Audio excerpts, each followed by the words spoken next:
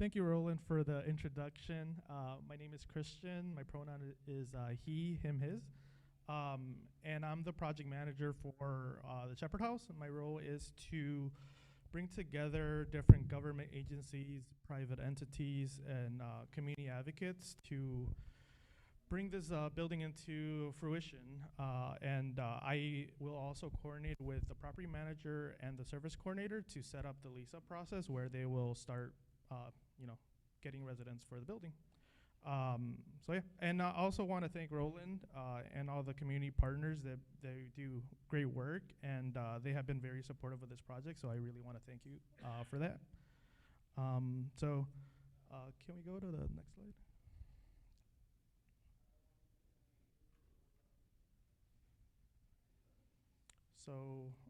So yeah, I'm here with Full Circle Communities.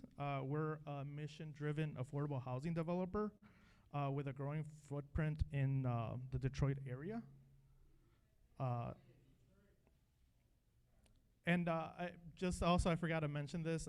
We have like a lot of slides, so if it's possible, just hold off the questions till towards the end. We'll answer everyone's questions, but yeah. So so we have a growing footprint in the Detroit area, and we also have a growing portfolio of LGBTQ plus housing developments, such as the Claremont Center and then townhomes. And so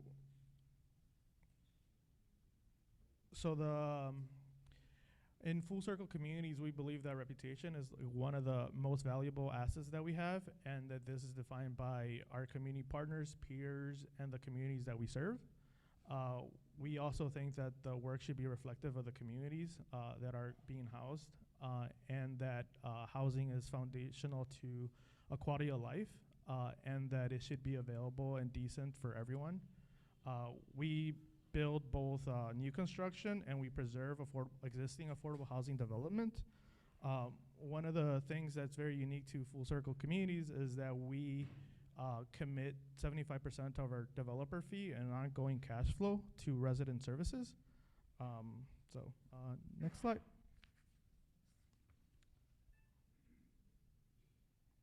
So as you guys have seen, like the building has been going on, is almost done. And our general contractor put together this little video. It's a drone, and I wanted to share with everyone. So if we could play it. So this is just a drone showing, so everyone can get a sense of like what the building is.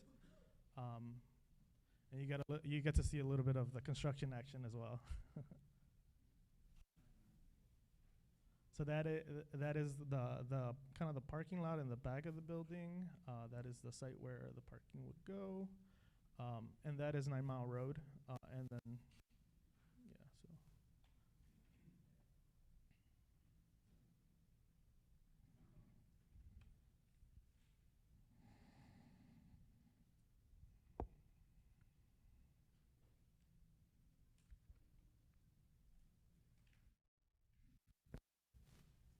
So this was taken like 3 weeks ago. So there's been a lot of more movement going on. I think almost the parking lot's almost done there now. So a lot of progress really quickly. Can we go to the next slide? Cool. So this is the video that you saw is Shepherd House. It is a 53-unit affordable housing development. The project strives to be inclusive and affirming to LGBTQ plus elders. We are doing that by incorporating design feedback and feedback from our community partners, and also,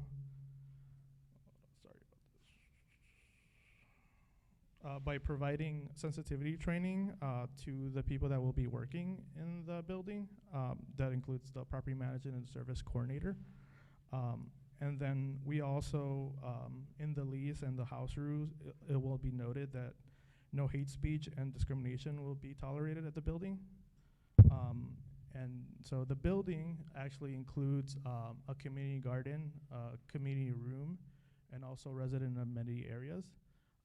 There will be offices for the full-time property manager, and then also services provided by CHN and our LGBTQ community service providers, such as MyGen, MCC Detroit, Affirmations, and Coretown Health.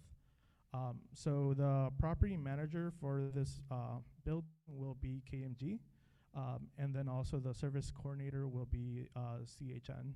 And I'm gonna bring them up here just so they can introduce themselves a little bit. And so, Connie, Connie is from KMG. They didn't warn me about a microphone. I was fine until I saw the microphone. Hi, my name's Connie Mathis, and I'm Regional Vice President for KMG Prestige.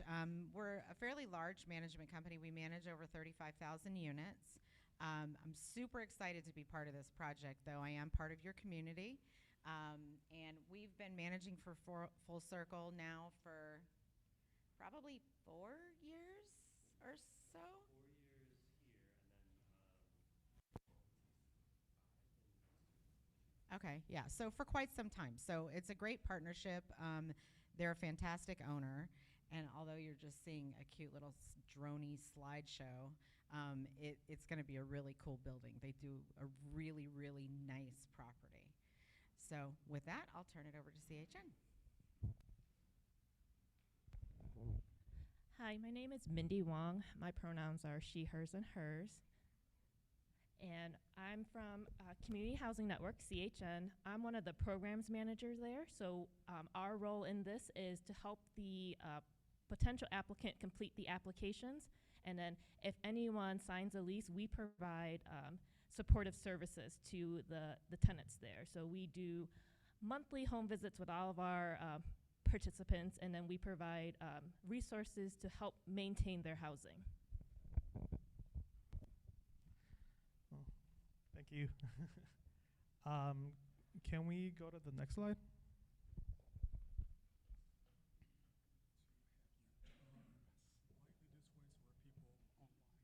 Oh.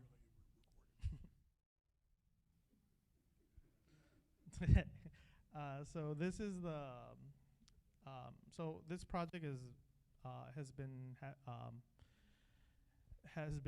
going on for a while. It is only possible through a variety of local and private organizations. A lot of the funding comes from state agency, the MISHDA, which is the Michigan Housing Development Authority. And then there's private grants from local and national organizations, Oakland County, FHLB Bank Indianapolis, and EGLE, which is the environmental agency of Michigan. And then there's also loans from banks, such as Bank of America, and then also there's other government agencies that help with some rental assistance, which is the Ferndale Housing Commission. Can we go to the next slide? So just Roland mentioned that this project has been going on for a long time. So, you can kind of see this timeline here where in 2018 was really when we started having conversations about what the Shepherd House could be.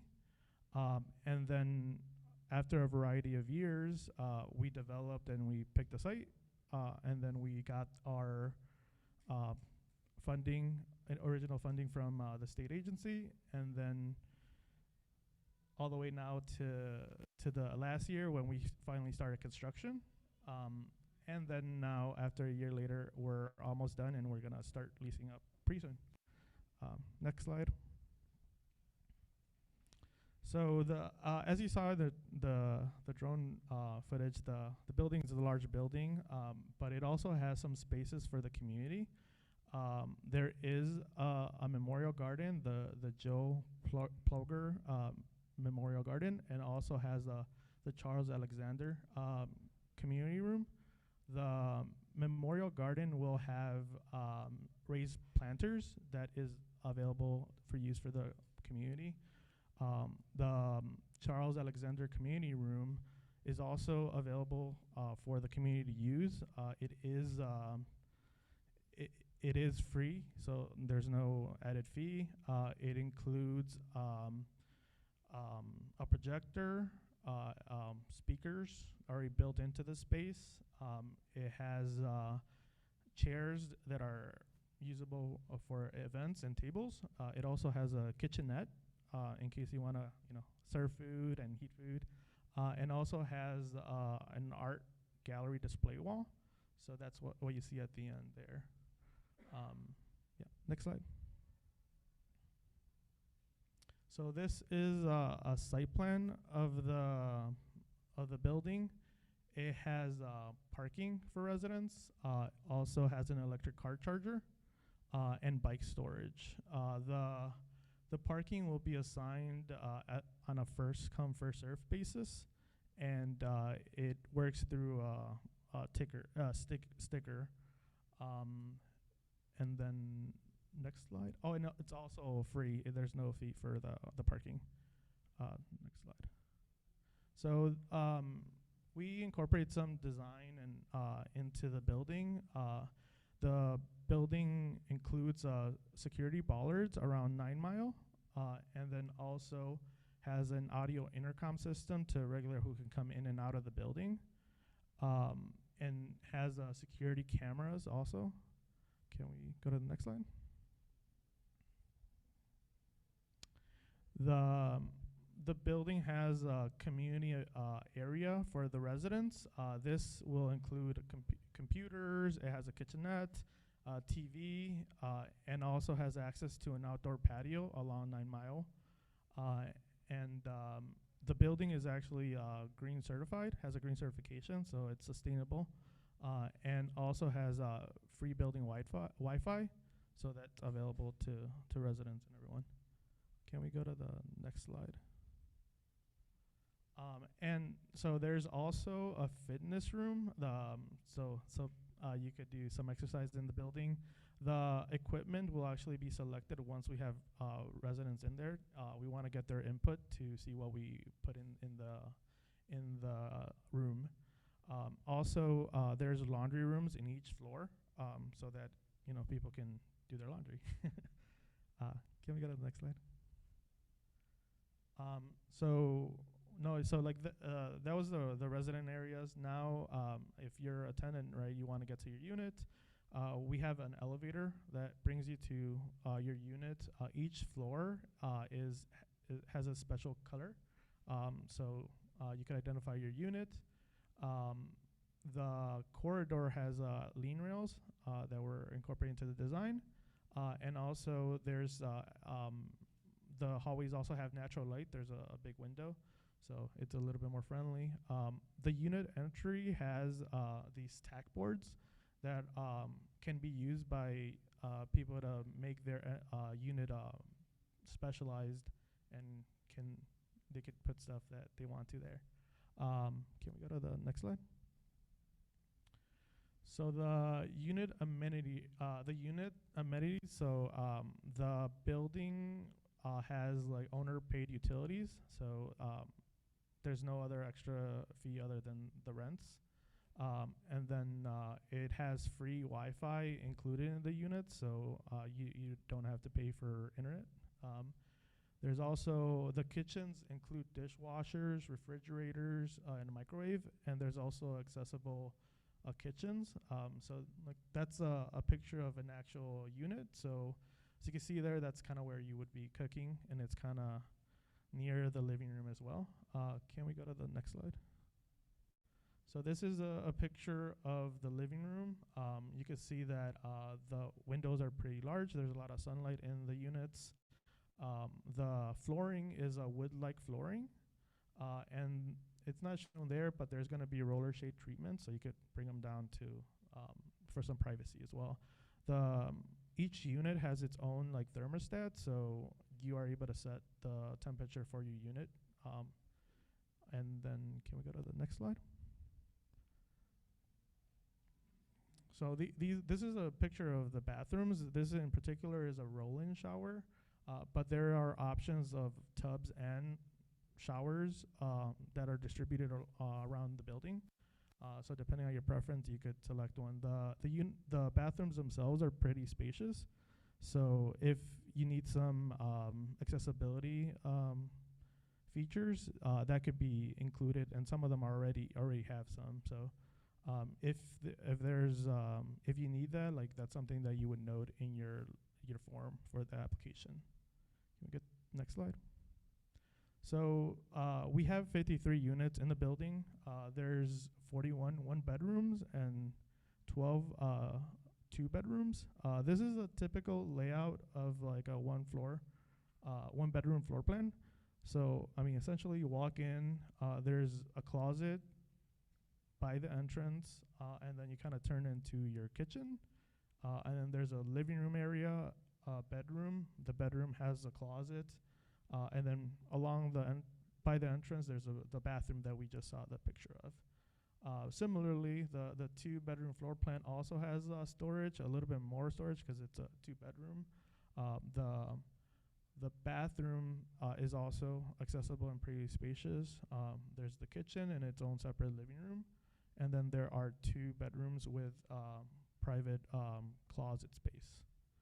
Can we go to the next slide? So now you may be thinking, like, can I live there, right?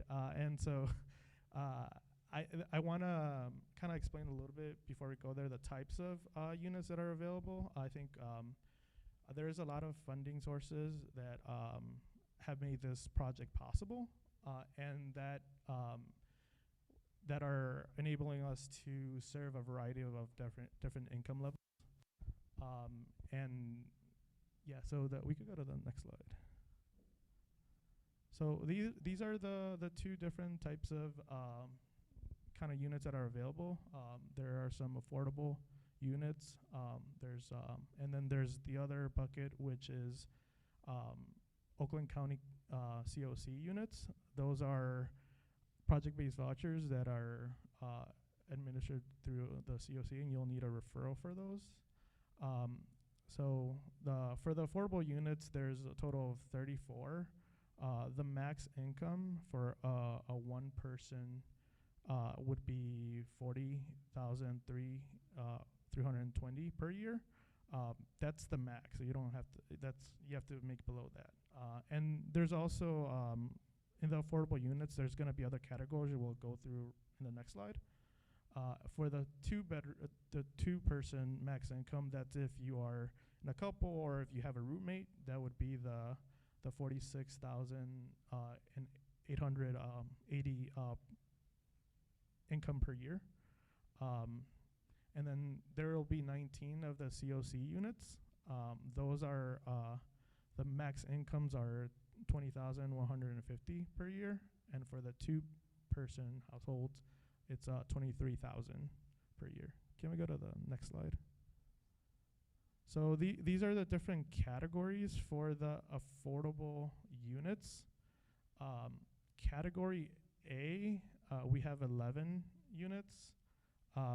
For a one-person max income, it's 20,150 per year.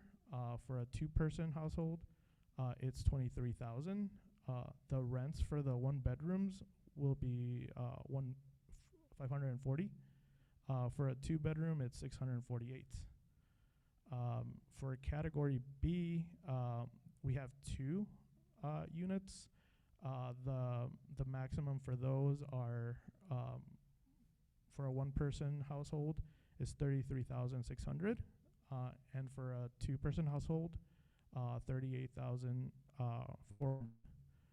The rents for those are 900, and for a two-bedroom, 1,080. And then we have category C, which we have 21, which would be the max for that income limit would be 40,320, and for a two-person, it would be 46,080. The rent for those would be 1,800, and for a two-bedroom, 1,296. Can we go to the next slide? So now I'm gonna bring up Connie from KMG to talk a little bit about the lease up process for those units.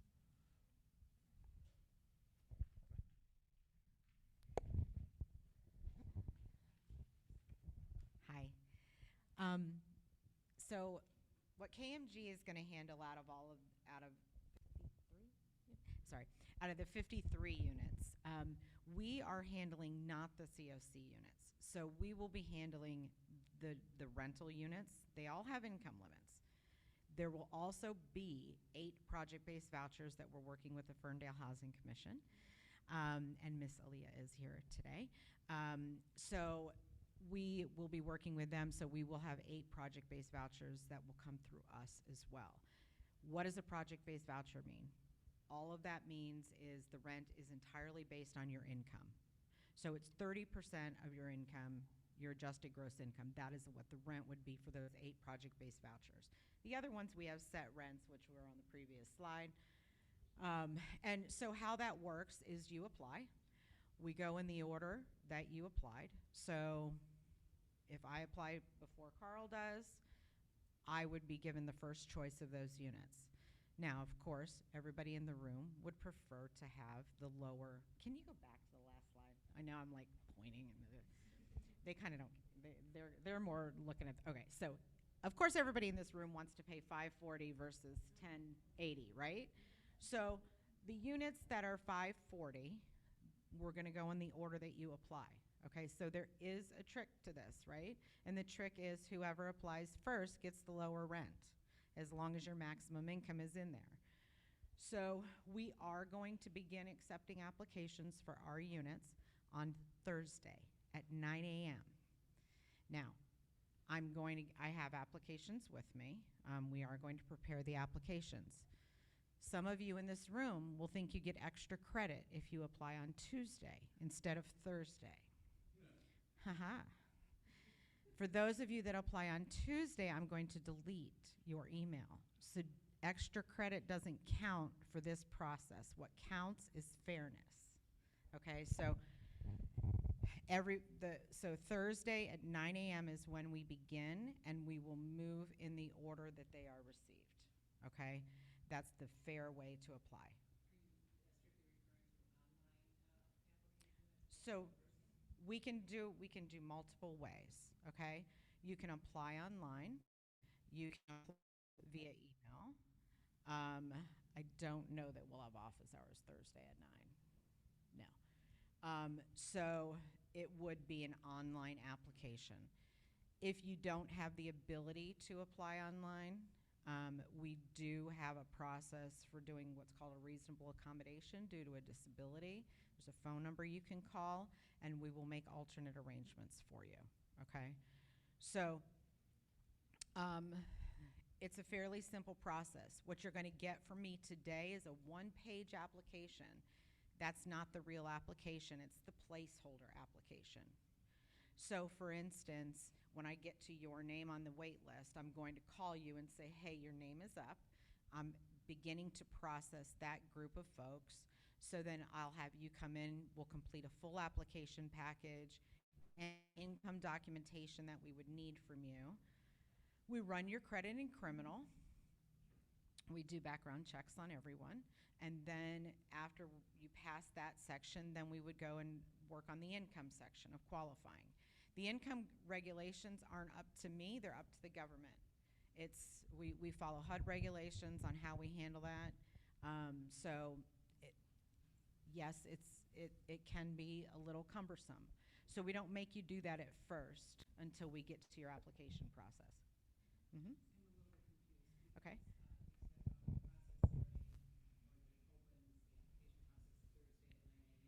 Yes.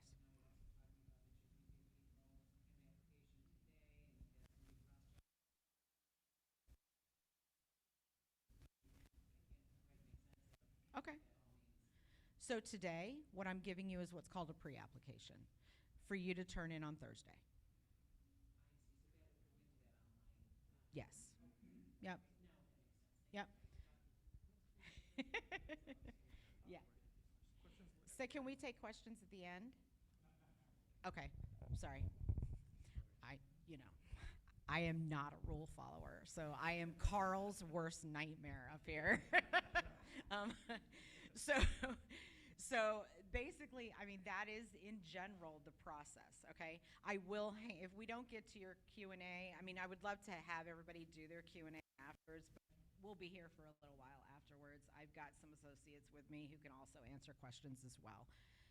We realize there's going to be a lot of questions about the process. The process that I'm not going to be able to really help you with as far as applying or answering your questions outside of a general sense is with the COC, which they're here and they'll get up here and do the same thing with me. Okay? Am I done?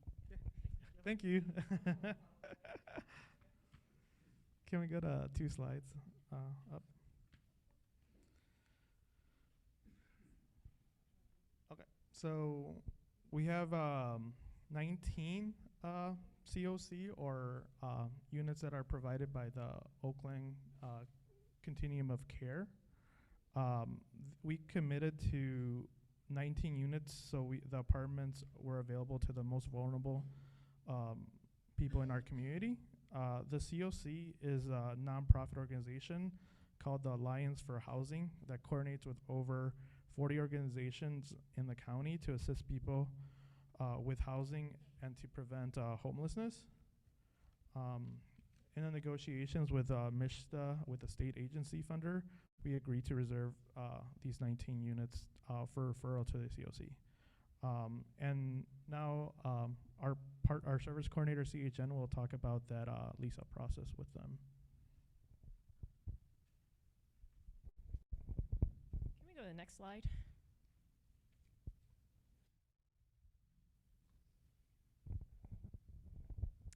All right, so here is a general overview of the lease-up process for the 19 PVV units through the COC.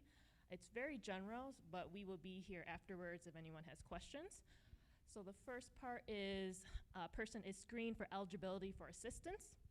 And then the next part is if they are eligible, they would be added to the list of the COC. So then we, as the service provider, when there's a vacancy, we would potentially pull a name from the list. So if a name is pulled from the COC list, you will complete a waitlist application with a CHN staff member.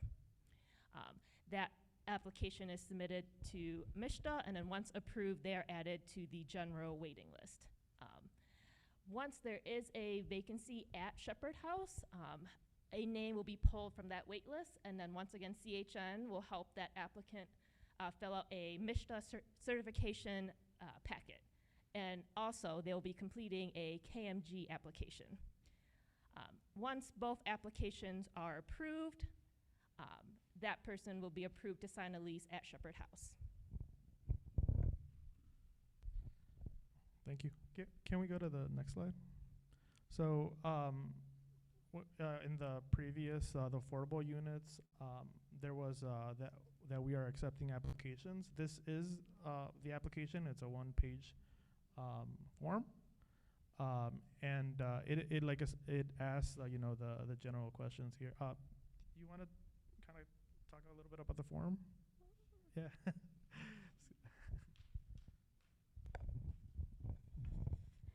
So it's going to gather just basic information. Who's living in the household, what size unit that you're interested in, a 1 or a 2 bedroom. We also want to know if you're going to be applying for a voucher too, either through the COC or keeping in mind that we have 8 vouchers that we're going to be administering through Ferndale Housing Commission. So if you are interested in applying for that voucher program, you're just going to check yes. And then it's just household name, email address. Do we have permission to contact you through email, your mailing address? This part is only important to the extent that if I need to call you, I can call you on the phone, right? So it's important. If your number changes or information changes on that, you have to keep in touch with us. You will have our email address. You'll also have our phone number. I will tell you right now, because we don't have physical office space, it's not a monitored phone, so there's not somebody who can pick up the phone at the end of it. All you can do is leave a voicemail. Don't leave 5. I'll call you back last, I promise. No. So just one voicemail. We will get back in touch with you within 24 hours. Just keeping in mind, calling over and over won't help because nobody's going to answer the phone. It doesn't ring anywhere.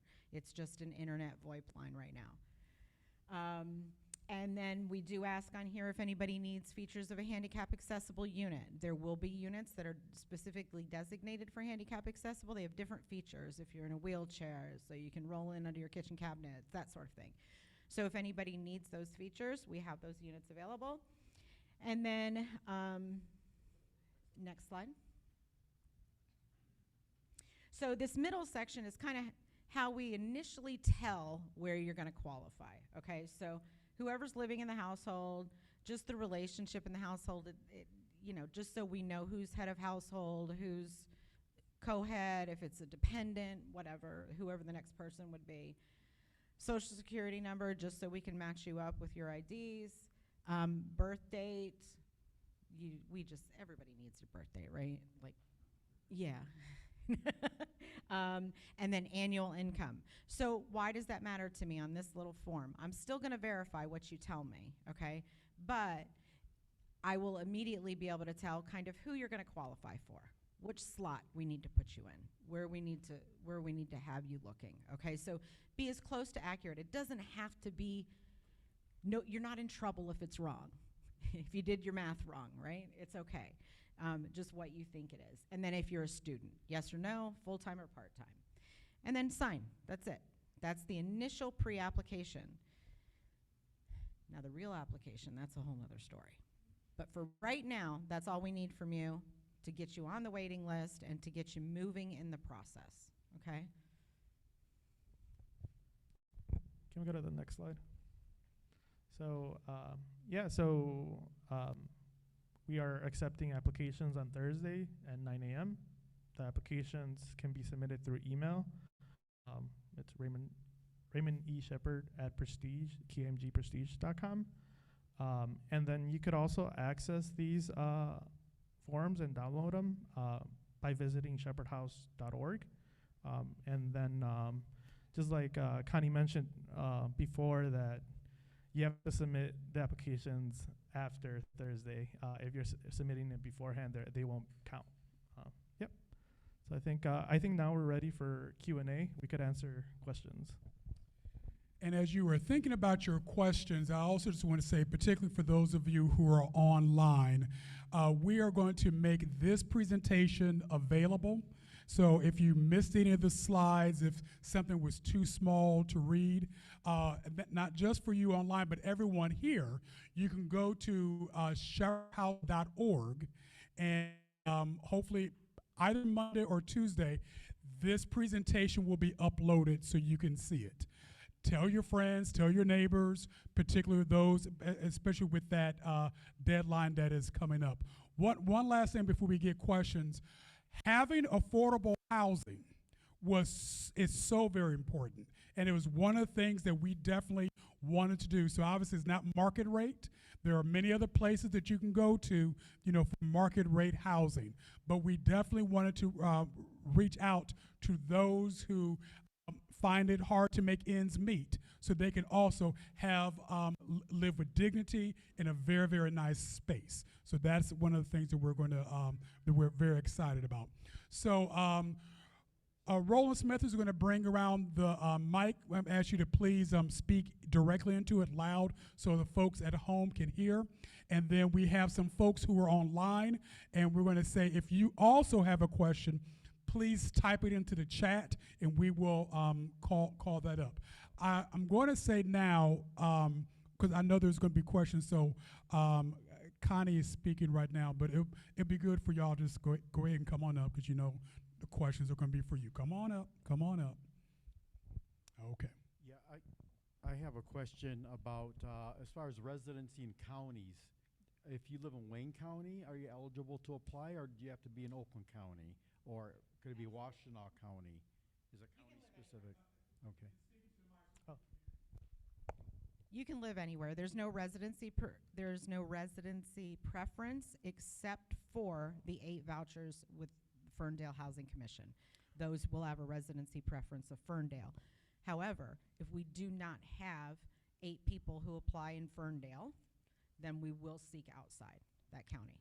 What is the square footage of the different units, and is there going to be an open house? Can we go back to the slides? They're very spacious units. I think in general both the bathrooms and the living rooms were very spacious. MISHTA, the main funding source, has like specific requirements, and they're usually larger than market rate units. So those are you'll feel comfortable in these units. Yeah. So yeah, I think so. When you contact KMG, you'll be able to see your units before you sign up for one. If you don't have access to a computer, may a friend send in the application on your behalf? Yes, anyone is able to send it in. I do also want to bring this up. If you do not have access to a computer or an email, call the number. Now, obviously, most of you probably got here today from an email and an invite, but if you did not, call the number that is on the application so we can make alternate arrangements for you. You can send it in through anybody's email. Send it through your daughter. Send it through your BFF. Doesn't matter. What's the age limit on that?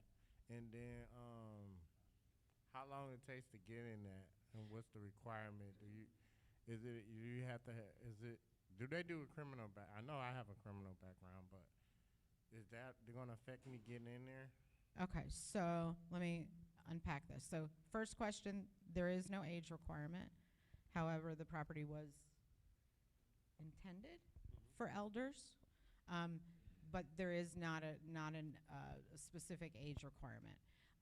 As far as the criminal backgrounds go, yes, we do run criminal backgrounds, but just because there are many criminal backgrounds that are not looked at. I cannot sit here and give you specifics, so you can't say, I did this, am I denied? I won't answer you. I have to run you through our system. Our system, it does it through an algorithm and based on whatever is programmed. So we would have to look at that. I can't tell you that directly. Just a note, we have right here at Affirmations a bank of computers that are open for free, Monday through Saturday. So if someone needs a computer, come here.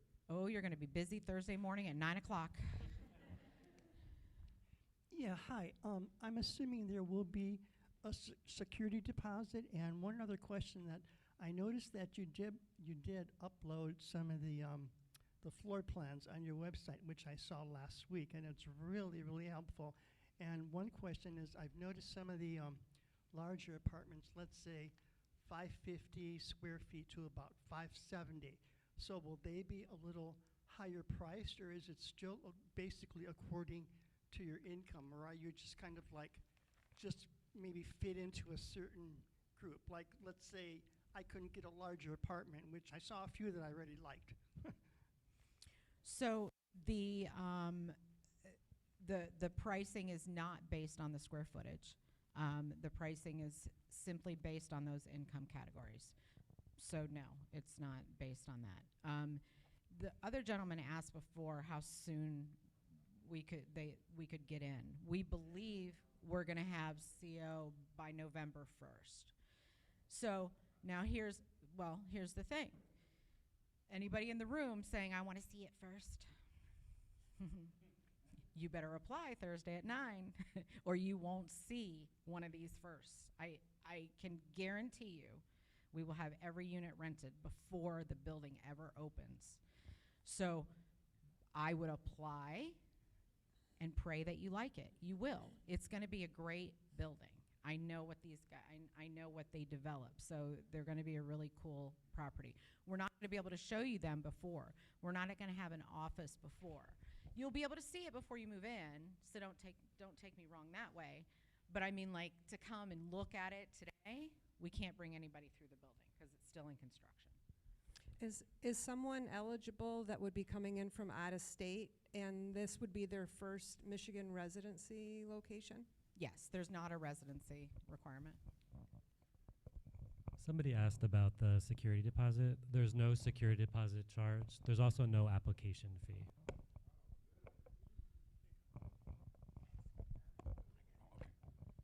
Did you say that some of the units will be based on your income?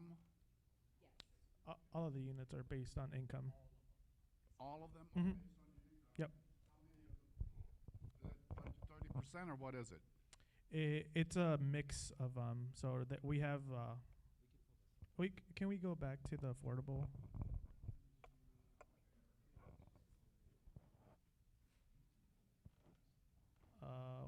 One more. There we go.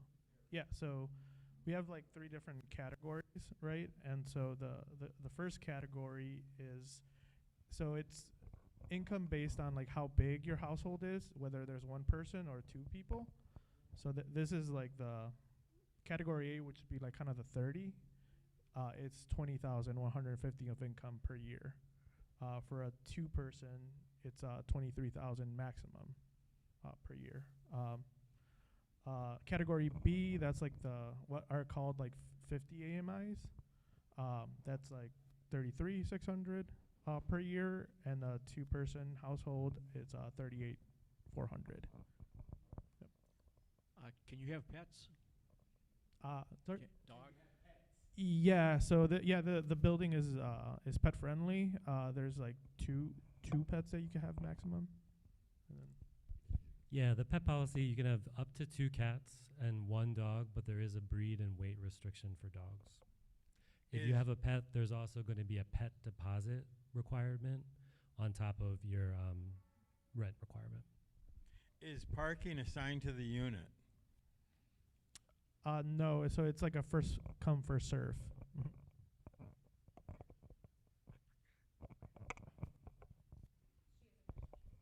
In the front. Questions. One is very. Oh, sorry.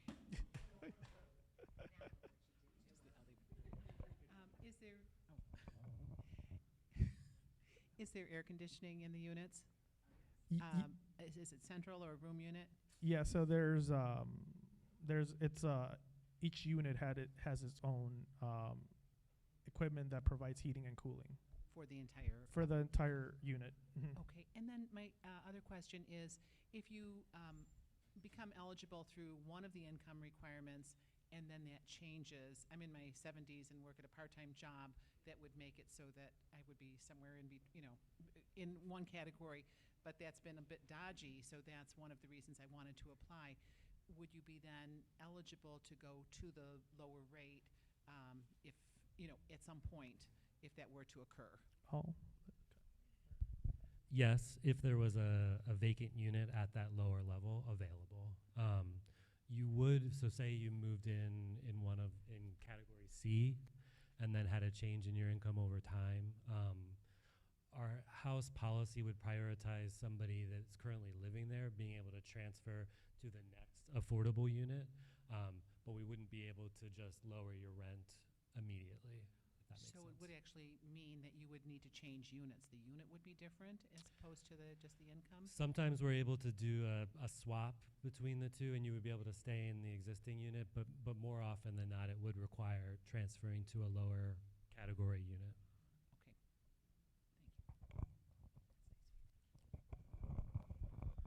Is it possible to have a 2-bedroom unit for 1 person?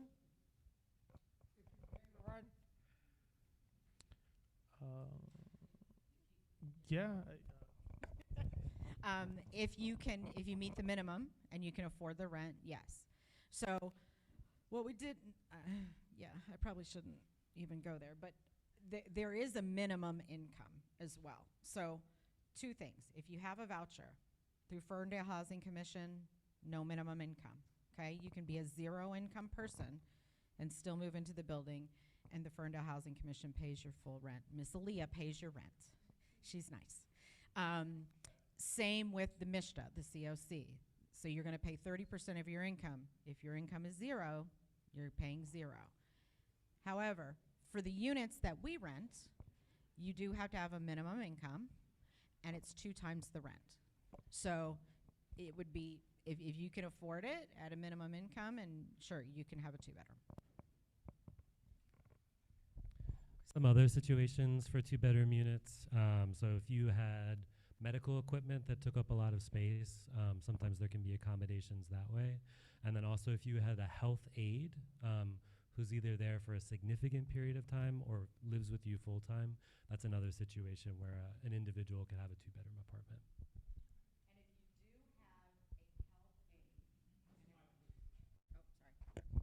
If you do have a health aide, their income would not be counted as long as it's verified and that you have a doctor that verifies that you need that health aide to maintain daily functions. So that person's income would not be included in those income limits. We have a question from online. What if the applicant's annual income is $33,166.09 for a single person and a 1-bedroom? 33,609 and 1 cent. So they would go into category 3. So the rent would be $10.80 or $12.96, depending on the unit type. Yeah, I got a question regarding the parking. You mentioned about charging units available for electric cars. Is the parking available just for the residents, or Yes. can anybody go in there and use the parking? It will be resident-only parking. 2. I just have the sales guy driving me insane, so I believe it's 2, yes. Yes, sir. What happens if your income, if you fall in the 40,320, and your income, like your Social Security goes up or something, and you go over, what happens? Once you are in, you are in. You can never have too much income after you move in. Become a millionaire. Win the lottery. What if your minimum income is below 1,000? So normally what we would do is we would look at other sources. So how we look at income is based on what the government tells us is income. So for instance, I'm trying to think of something. We exclude food stamps as income. Okay, so if you had food stamps, we could use that to meet towards the minimum income. What I don't want you to do is I don't want you to qualify yourselves, okay? Unless you just are sitting in one of these chairs and you make $100,000 a year. Go ahead, qualify yourself. You can't live here, okay? But what I'd rather you do is you and I sit down and talk, and Aaliyah says, hey, I don't have any credit cards. We will look at circumstances. We will look at extenuating situations, okay? So, I mean, if we're talking $40 away from it, you know, I'm going to help you out.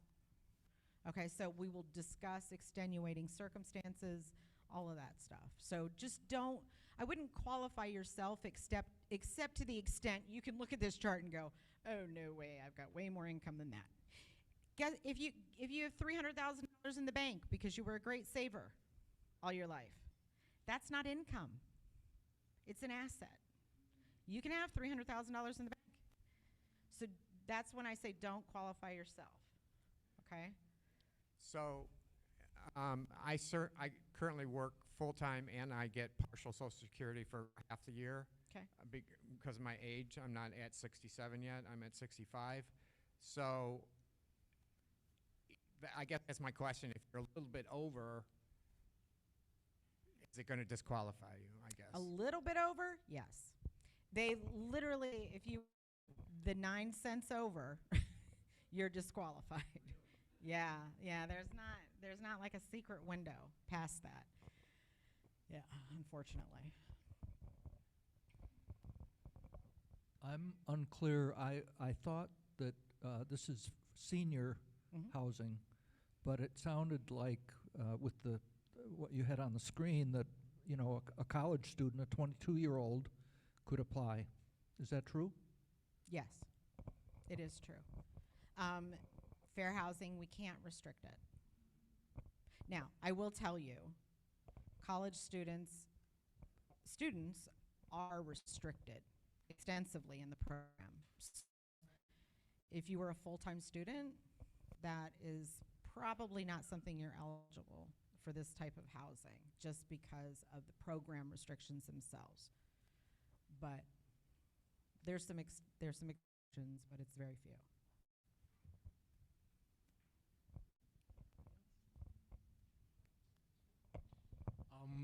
Yeah, I was under the impression that it was a senior thing, but if it gets filled up with seniors, it doesn't make a difference anyway, right? Okay. I just didn't say it out loud. So thank you. If you all apply today, no, Thursday, 9 o'clock. Yes, ma'am. Oh, she's got a question. Hopefully last question. Should you be concerned if you plan to apply on Thursday, 9 a.m., should you be concerned about that parking space? You know, like, well, wait a minute, when do I have to do that? Because you, of course, would want a parking space. Or is that something you would just let somebody know about when that parking space, first come, first serve, is going to occur? So, no, I would not be concerned about it on Thursday. We'll work that out as we move into the building. Yes, sir. Behind you. Is it possible to park in the CVS lot? I don't know. Probably not. Probably not.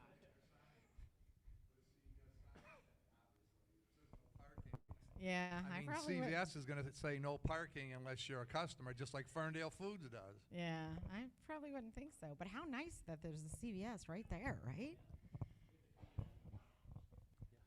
Sorry, I'm still worried about this income thing. That's okay. If you, what do you base it on? Last year's taxes or Current status. current So status? we So would- how do we get, like, I can produce a pay stub, but like your Social Security, do you go to Social Security and get a? So what you we would made? need 4 pay stubs, and I would need your award letter from last year. Okay. And if you don't have your award letter from last year, then yes, you can go online and pull down your statement, or they'll mail it to you within 10 days.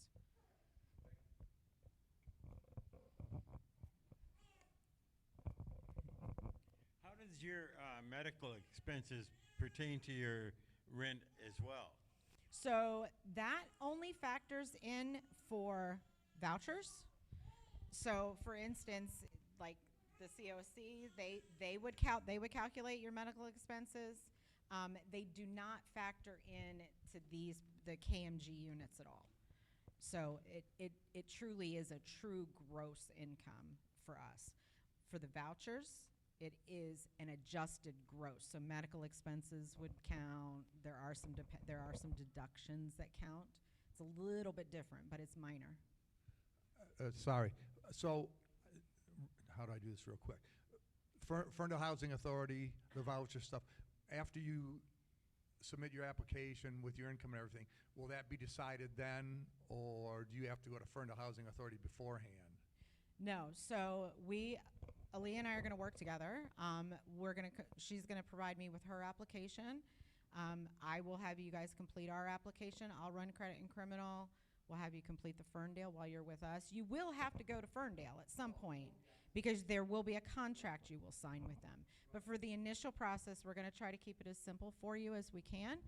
And her and I will work together more to determine who's eligible and who's not. Now, we're going to determine from our waiting list the order, right?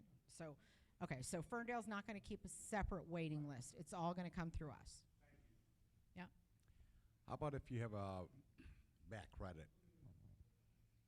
What's the lowest score you get? We don't do by scores.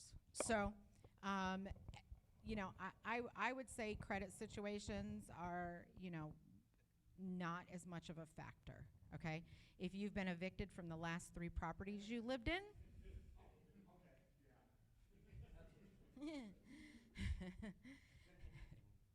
And online. Anybody who's denied their application can and should appeal that decision, and a team will review your appeal to take, other factors into consideration. We try to make it as low barrier as possible for all kinds of folks to get into the housing. No, it's fine. Honestly, when we get to your application, just talk to me. Just talk to whoever's processing, right? When I call and I say, hey, I'm getting ready to process your application, you go, all right, well, here's my story. Tell me your story. We'll work through it. And even if we do deny the application, we still, like Carl said, will have a appeal process that you can appeal it and say, no, I still think you're wrong, and tell your story to someone who never touched your application, who wasn't involved in the original decision, okay? Online question? Yes. I am with the Ferndale Housing Commission. I currently had a one-bedroom, and it is still 30% of my income on the SSDI for $1,000 a month. Am I qualified for living at the Shepherd House? Well, income-wise, yes. I think what they're asking is, can they just move with their existing voucher to the Shepherd House? Is that what they're asking? I'm not sure. Oops.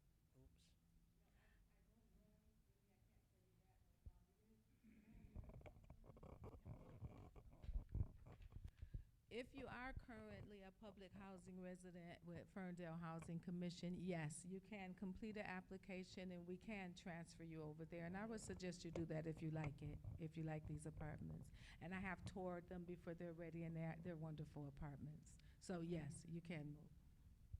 But they still have to apply Thursday at 9, because I promise you, Thursday at 9, I just can't even imagine how many applications I'm going to get.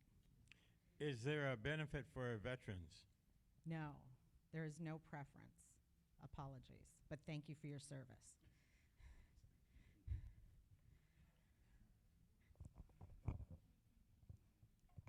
We're asking again, how many parking spaces are there at the house? And if it's first come, first serve, does it mean I drive to work and come home and take my chances with a parking space? Yes, it's called parking roulette. You are taking your chances. There will be no guest parking, not on the lot. But obviously, there's enough parking spaces for everybody that lives there. Oh. No. There'll be like 22 parking spots available. Yep. I think across the street is Troy No. parking Yeah, facility. correct. Oh, no, there's a parking facility right across the street, I think. No, there isn't? Kitty corner. Oh, okay. My mistake. There was a question that wanted to know, where do they get the one-page application today from? So you go to shepherdhouse.org. You could download it from there. at the You don't website. have any today? Yeah, Connie has forms here today as well.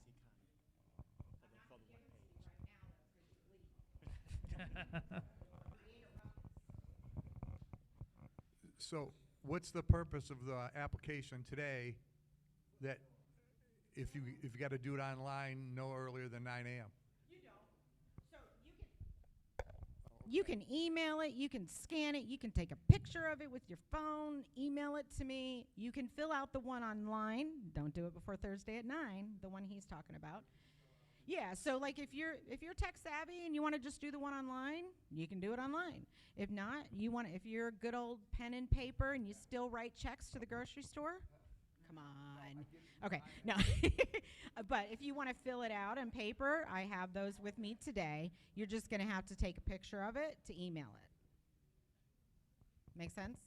Okay.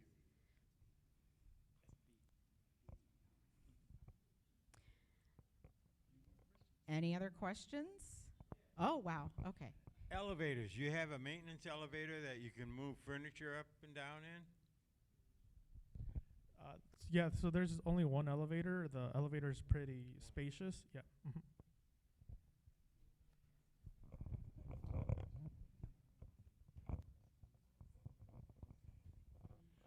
Connie, can you just go over, they're having difficulty seeing the screen with the different categories. Can you explain A, B, and C? They just can't see it. Sure.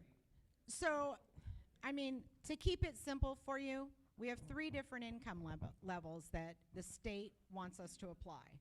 So, category A, this is the income level, $20,150 max. Those rents will be $540. Okay?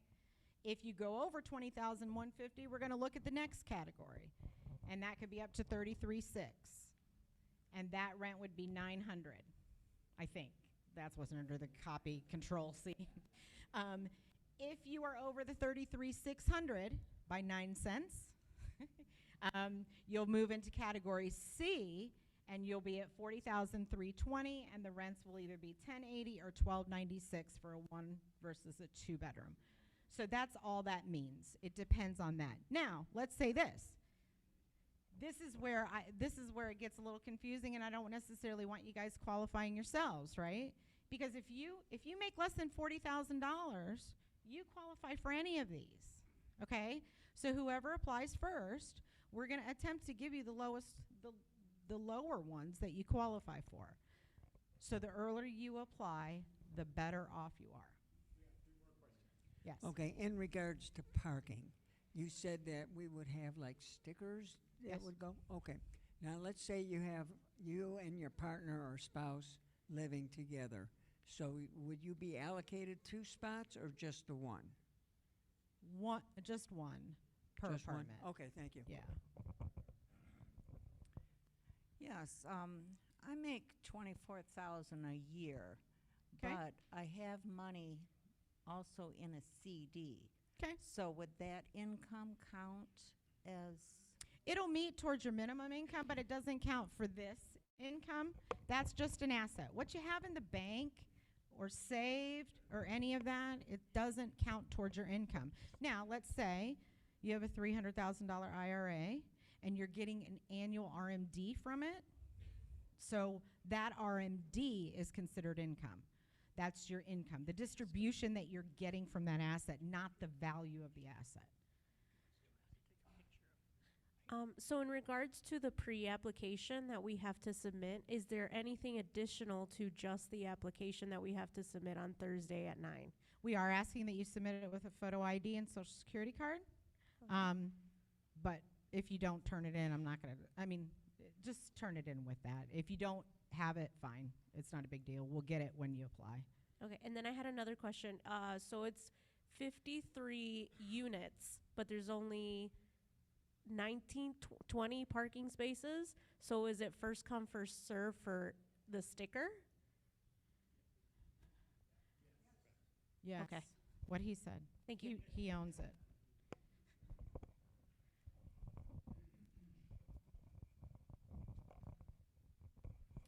The apartments for the Oakland County. So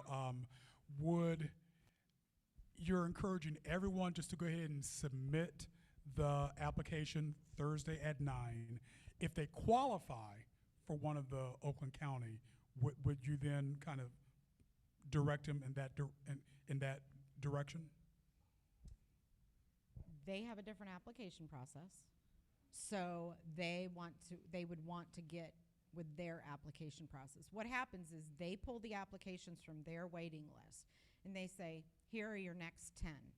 So then I get Carl's application, then I'm calling Carl saying, hey, you've got to come fill out our application too. I know you're applying through the COC. So in order to get on their waiting list, I'm going to let her. Just really quick. Roland, it's going to work a little bit different. So folks, if you think that you're eligible for a continuum of care unit, don't wait until Thursday. Talk to CHN today to get more information. You can also talk to Roland in his capacity at MyGen to learn more about that process, because there's a pre-step before you can get an application where you need to be screened by the continuum to see if you're eligible. Then you have to get onto the waiting list application, and then you end up at Connie's point with the property application.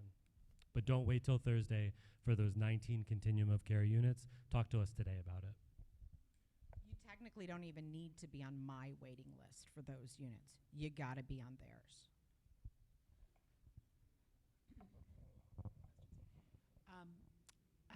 thought that savings or that did not count, but now I heard you say something about interest income does count. Is that right? No, so a lot of IRAs or 401ks, when you get to a certain age, there's a required minimum distribution every year. They require you to take a 2% distribution. Okay. That distribution is income. I see, but if you have a CD and that earns interest, that is not considered part of the income. Yeah. Okay, that was Yep. important. Thanks so much. You're welcome. I know, assets are confusing. Welcome to my world. How long does the wait list exist? In other words, is it voided out after 3 years or something like that? No, so once you're on the wait list, you're on the wait list. Until you decide you don't want to be on the wait list anymore, or if you ignore me and don't respond, then we drop you off the wait list. But no, you're on it forever. What is the continuum care unit? Can you repeat that question? What is the continuum care unit that you were just talking about before to get on the Oakland County? Yes, the COC, the Continuum of Care, they manage the list of names of everyone that all the agencies can refer to that are people that are in a housing crisis. So it's the equitable way that we as an agency can pull names for these waitlist applications. So instead of like playing favorites of pulling names from some, like if someone came to me and was like, I want to fill an application, yes, I'll fill it out for you. I have to go through the COC, pull names, because they have a list of everyone, and there's a way to where they tell us who's the most vulnerable and who is at the top of their list. So they have a system of categorizing people who are in the most needs for housing. So the first step for that is, if anyone here is in a housing crisis, we do recommend you. Yes. Yes, so the first step for anyone in a housing crisis is to text housing to our Housing Resource Center, which is 248-269-1. Yes, well, we still do recommend that the first step is to text this number, text housing to this number. Once again, 248-269-1335. And through the text messages, our specialists will follow up with everyone who texts within a week to see, to do a screening and to see if they can be referred to that COC list.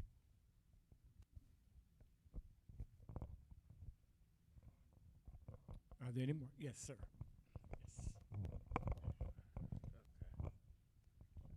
Yeah, just to clarify something again on the paper application that you'll be giving to us in regards to submitting it on Thursday. Can we submit it before Thursday, or do you need everything on Thursday? All right, I'm going to leave that up to the audience. What's the answer? Yay, they were listening. No, do not submit before Thursday at 9, only so we are completely fair with everybody in the room and everybody has the same opportunity, okay? Okay. I kind of can't wait till Thursday at 9. I want to see what's going to happen. I wonder if you're going to crash my internet. Are you going to crash my internet? I better give my IT department a heads up.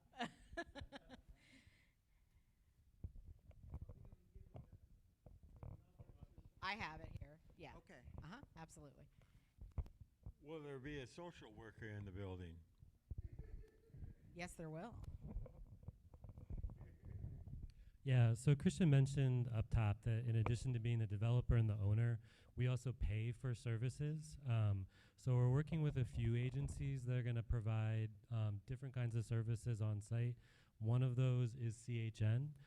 So there's going to be a service worker from CHN that works out of the building on a dedicated schedule. We're also trying to work with MyGen, Affirmations, Corktown Health, and some other groups to also offer individual and also group programming.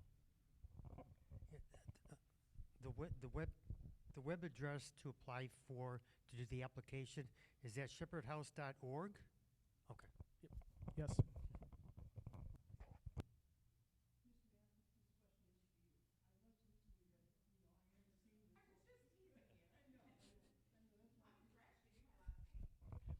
Yeah, I do, yeah, good memory. Yeah, Miss Mathis, I was listening, but kind of take it with a grain of salt. I am a senior, so sometimes things kind of like slip by. Got it. Oh, that was no question. Just you didn't have to apologize. I was just teasing you. I'm sorry.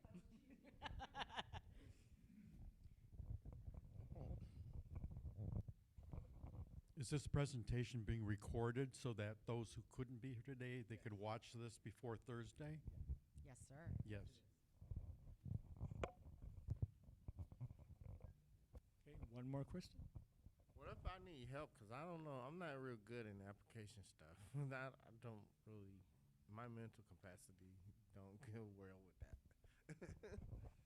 So there's a phone number on the application that you can call, and we can get help to assist you with filling out the application.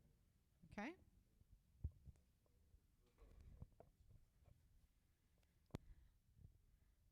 Okay, so are we, everybody? I think we are good there. I see no more hands. We good online? Online? Okay, so what? I spoke too soon. Okay. So where can we line up to get the application now? Well, that's what I was going to tell you. I mean, I think the piano is the most great spot, right? So what we're going to do, I've got two associates with me from KMG. We've got Megan in the back and DeMarcus as well. They didn't know it, but they're going to work with me right now. We are going to stand at the piano with the application. So if you have any individual questions, I'm happy to help. And that's it, I guess. I don't know. We'll be up here too. Yeah, and the owners. Indeed, indeed, indeed. So once again, for those of you who are online or you're watching this at a later date, go to shepherdhouse.org. Look at the menu down, and you'll see it says application. Supporting documents. Look for supporting documents, and it's there that you can download the application. And again, for anyone else someone said that they needed assistance, you can also see me as well, and I can help you fill out your application. So good. Now you know you can see me always. So everyone else, we have some refreshments. Please go help yourself, and single file over here. Thank you guys. Appreciate your time being here.